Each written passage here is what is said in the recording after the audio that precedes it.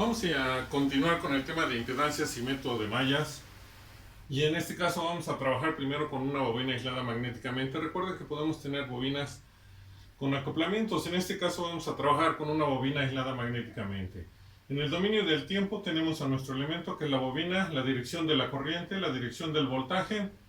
Y si se quisiera calcular el voltaje de la bobina en el dominio del tiempo, tendríamos que sería el valor de la bobina por la derivada de la corriente con respecto del tiempo. Habría que trabajar. ¿Y cuál va a ser el inconveniente? Que si tenemos más de una bobina, nuestro proceso matemático se va a hacer más complicado. Es por eso que se trabaja en el dominio de Laplace. Y de esta función que tenemos voltaje, lo primero que obtendríamos sería esta ecuación una vez que se hace la transformada del dominio del tiempo al dominio de Laplace. ¿Qué nos va a quedar? Pues que es L por S, por la corriente, menos L por la condición inicial de la bobina en tiempos menores que cero, que es corriente. Como aquí tenemos voltaje y este es corriente, esta parte tendría que ser la impedancia de la bobina. Es por eso que el voltaje de la bobina, cuando tiene condición inicial, porque hay que tener en cuenta que tenemos las dos situaciones, igual que en el capacitor, que la bobina tenga condición inicial o que la bobina no tenga condición inicial. En este caso estamos considerando que tiene condición inicial, entonces L por S sería la impedancia de la bobina, ya que al multiplicarla por la corriente obtendríamos voltaje.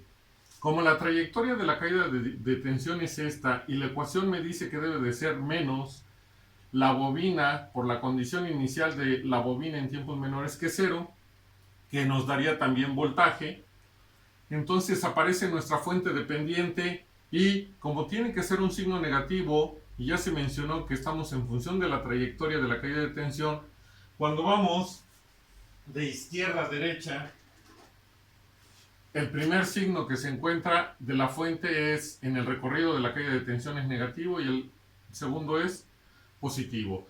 Y cada vez que queramos calcular voltaje y hay una fuente, les mencioné que en el recorrido que se haga para obtener la caída de tensión, el primer signo que se toque de esa fuente nos va a representar el voltaje, el signo del voltaje, al momento de sustituir. Es decir, en este caso va a ser negativo. Es por eso que lleva esa dirección.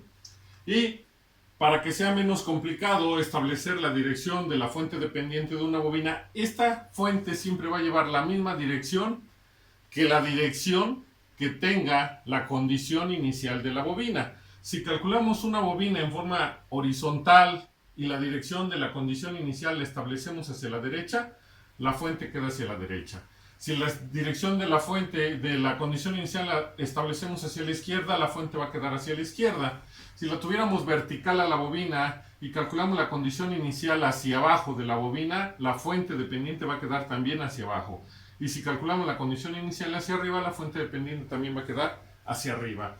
La fuente dependiente de una bobina siempre lleva la misma dirección en la cual se haya calculado la condición inicial de la bobina, que es corriente. Entonces ya tenemos nuestro circuito, este sería el circuito equivalente. Y recordar que cada vez que nos pidan el voltaje de una bobina y esta tenga condición inicial, cuando se calcula el voltaje debemos incluir a la bobina y a la fuente dependiente, que sería la ecuación que tenemos aquí para obtener el voltaje de la bobina. Si no existieran condiciones iniciales, que sería nuestro segundo caso o nuestro primer caso, según sea el análisis que se realice, esta fuente, como es dependiente de la condición inicial para existir, como es una fuente de voltaje, si no tengo condición inicial, la fuente valdría cero y se tendría que sustituir por un cortocircuito. ¿Qué sucede? Pues que tenemos aquí el cortocircuito donde debería de estar la fuente dependiente, ya que no existen condiciones iniciales.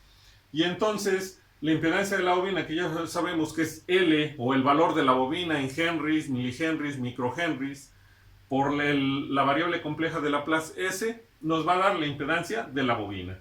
Y entonces el voltaje de la bobina, si no existe condición inicial, únicamente sería su impedancia, que es L por S, por su corriente, que es I de S. Y con eso estaríamos obteniendo el voltaje en la bobina cuando no tiene condición inicial.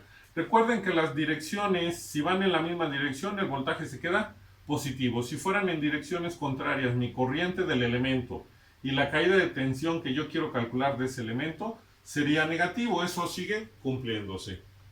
Entonces, primero vamos a ver a una bobina aislada magnéticamente, aunque tengamos varias en el circuito. Si están aisladas magnéticamente, no se va a producir ninguna inducción entre ellas. Y en un momento vamos a ver bobinas con acoplamientos.